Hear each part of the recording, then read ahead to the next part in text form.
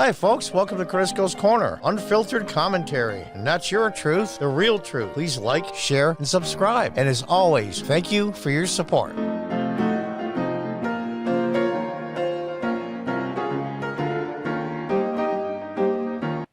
Breaking news, breaking news, breaking news. Democratic Party has disbanded. Breaking news, breaking news. I wish. Looks like they might, though. Who knows? Country would be better off for it. That was just a little fun there. Let's read on. Biden-Harris dream team suddenly Dems' worst nightmare after just 10 months. Unbelievable. Well, let's listen to the official theme song now of the Democrat Party.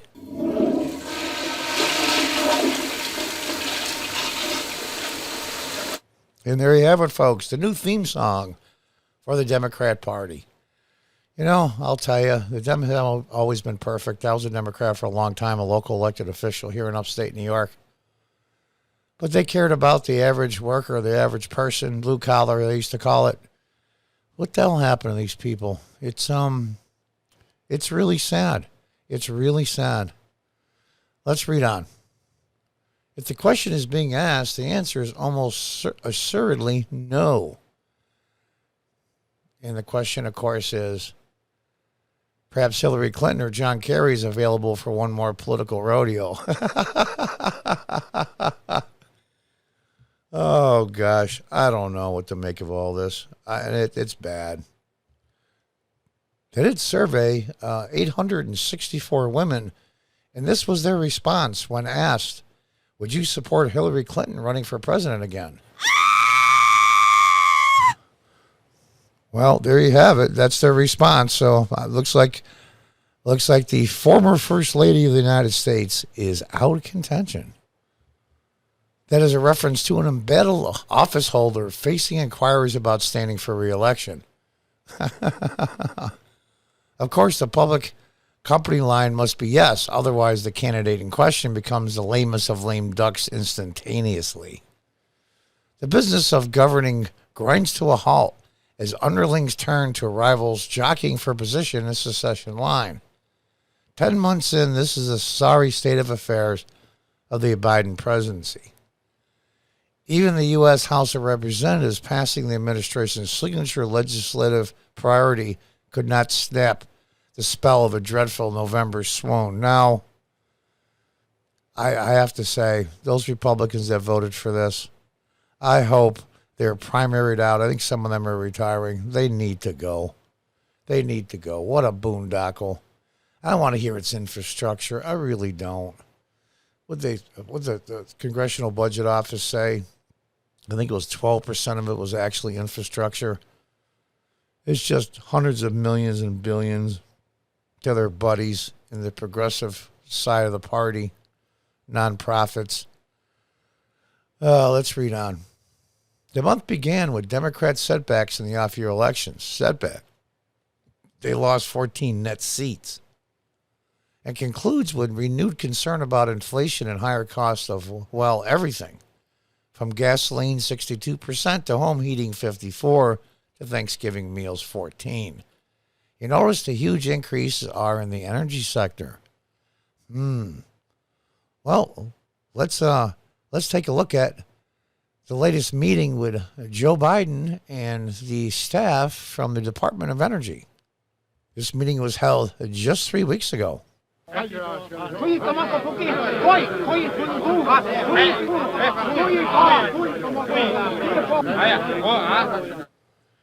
President Biden said after that meeting, it was very constructive and a lot of things were worked out to help the American people with their rising fuel prices. Thanks a lot, Mr. President. We appreciate it. After a weekend of swirling speculation, like that swirling speculation, about the feasibility of a Joe Biden-led Democratic ticket in 2024, well, I guess it'd probably be like a Biden campaign in 2024, and I don't want the guy to die. I mean, I'm not going to say that. I don't wish anybody that. But it will be very similar to the movie Weekend at Bernie's. White House Press Secretary Jen Psaki, boy, she's a piece of work, did her best to tap down the palace intrigue, calling it his intention to run for re-election. Well, it's my intention to play in the NBA, but it's not going to happen. Being I'm 65 years old and I'm only 5'9", with not even 10% of the athletic ability needed to compete. But I digress. The statement mirrors Biden's own from March 2021, merely 2 months after his inauguration, which says something. He stated, "My plan is to run for re-election." You don't talk about re-election 2 months after you've been sworn in. Unbelievable. I do have to say, though, Jen Psaki's got her work cut out for her, I'll tell you. This is her response to the question about, will President Biden be sharp enough to do the job in 2024 to run for re-election? And here's her response.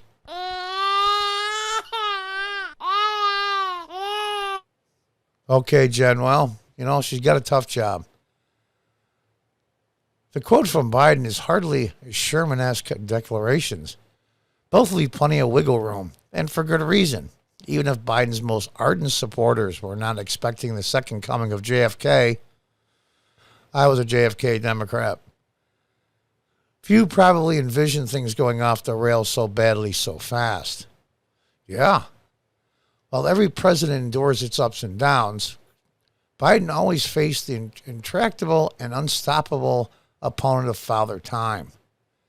He just turned 79 years old. To put it charitably, he has lost a few miles an hour off his fastball. For a guy who spent the better part of his adult life delivering long-winded and verbose speeches on the floor of the U.S. Senate, and he did. They went on and on and on. His public speaking events these days are brief, unsteady, and far from inspiring.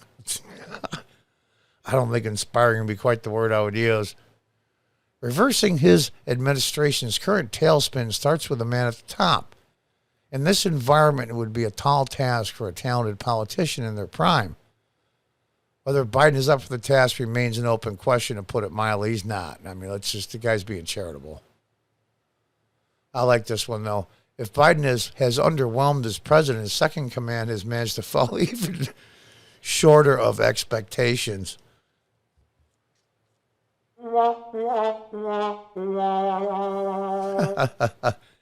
Should he seek and win a second term in office, Biden would be 86 years old by its conclusion. By contrast, the second oldest commander-in-chief in our history, Ronald Reagan, was dismissed by his critics as being too old in the tooth when he first ran for president in 1980 at the age of 69. If Biden has underwhelmed as president, second in command managed to fall even shorter expectations. The latest polls show the American people viewing Vice President Harris less favorably than Biden, which is no small feat. That's true. Outside of family and paid advisors, even Democrats have a hard time envisioning Harris getting closer to the presidency than the 85 minutes she spent in charge when Biden was undergoing a medical procedure. Now, I didn't think it was possible in the Democrat Party for someone to be more disliked than Hillary Clinton. I got to give it to her. She managed to pull it off. And here's the thing. How could it be less favorable than Biden when basically you've done nothing? And every time she speaks at either a short press conference or answers questions or gives a speech, it's cringeworthy. I mean, it's really cringeworthy. The Democrats, I believe, are being taken over by, frankly, evil people. I'm going to say that straight out. But the people that run the Democrat Party at the highest levels aren't stupid when it comes to politics. How in the world do they pick Kamala Harris is absolutely beyond me. Probably the fact that their bench is not very deep. Honestly. I'll tell you, Amy Klobuchar would have been a much better choice. Not that I'm a fan of hers or anything. She would have been a much better choice. But here's her problem. Amy Klobuchar is white. Makes you wonder who the real racists are. Beyond that, the bench gets awfully thin, awfully fast. Yeah. The runner-up of the last two contests, Bernie Sanders is 80. His ideological soulmate, Representative Cortez, has the opposite problem. She is only 32, which isn't old enough to be president, although she technically would meet the constitutionally mandated age requirement by Inauguration Day 2024. I've got clothes older than her. I'll leave it at that. Like Harris with the border, Transportation Secretary Pete Buttigieg will spend the rest of his political life explaining how supply chain became kitchen table vernacular on his watch. Perhaps Hillary Clinton or John Kerry is available for one more political rodeo. The GOP can only hope.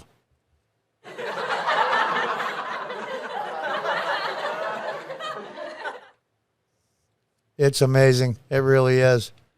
For all the endless media speculation and chatter around the Thanksgiving table about what is next for the Republican Party, the question about the future of the Democratic Party are now an unimaginable scenario a few short months ago when they assumed full control in Washington. Now, am I taking joy in ragging the Democrats? You bet. You bet. But here's the problem. Here's the problem. It's a catch-22 for me and many conservative people. We want them to fail so the Republicans will take over and hopefully do a much better job. But at the same time, if they fail, it hurts the country, which we love. So it's really a catch-22 for us. What do we do? What do we do? Yeah, I did a lot of sound effects. I did some joking around, and it is comical to a certain extent. The political junkies like me, I've been interested in politics and government since I was a small boy in the late 60s, watching the Democratic and Republican conventions that used to go on till 1, 2, 3 o'clock in the morning. So it's sad for me to see the once great party of the Democrats, even though a good half of them have been racist since its inception, they did some good things. They did some good things. And many of them really wanted to do good things. But over time, their party has become just a joke, a mere caricature of itself. I mean, I can't think. I think the Democrats now are more racist and obsessed with race than they were in the first half of the 1800s all the way through 1860. I personally believe that even when they had slavery back then, I think the Democrats are more obsessed. Obsessed, can't think of a better word than obsessed, I can't. And it's their doom. And then they get off on the sideline stuff about quotas for gender and race and trans issues and men and women's sports and boys and girls' bathrooms. And it's just, they just, I don't know what the hell happened. I don't know what the hell happened. But I know what happened, and you can't go back in time and change it. The radicals, the 10, 12, 15% of the party have taken it over all the way into the Oval Office. Okay? That's a statement of fact. So, in a way, I do hope the Democrats fail, but I hope their failure doesn't tear down the country too much more. I don't even know if that's possible, but technically it is. And this is a golden opportunity for the Republican Party, the new Republican Party, not the neocons or the Mitch McConnells, not those guys. They've had their chance numerous times and screwed up every time. Either did nothing or sided with the Democrats at every turn. They've only been a speed bump to these progressive Democrats in the last couple of decades. Somebody needs to push back, fight back on them. Non-violently, of course. I have to say that because this is YouTube. You might hate Donald Trump if you're a Republican. You may love Donald Trump. But the one thing he did, he taught them how to fight back. He taught them as a representative of your country, your interest is to your country first. What is best for your country and its people is what you do. And they call that extremism. That's how bad it's gotten. The America First agenda is still alive and well. And if Republicans, when they do take over, if they drop the football and fumble it again, like we'll end up being Charlie Brown, the Republicans will be Lucy with the football, we'll believe them again. and go to kick the ball and go flying right back on our butts. I personally believe when the Democrats do implode and the Republicans take over and they do nothing or worse, make things worse, then both parties will start to disintegrate. And I believe you'll see a third party come up. I truly believe that. But we'll have to see. There's nothing really at stake besides the future of the most powerful military in the world, the richest country in the world, and freedom around the world being intact and fighting for. But besides that, there's nothing really at stake. Until next time, goodbye and good luck.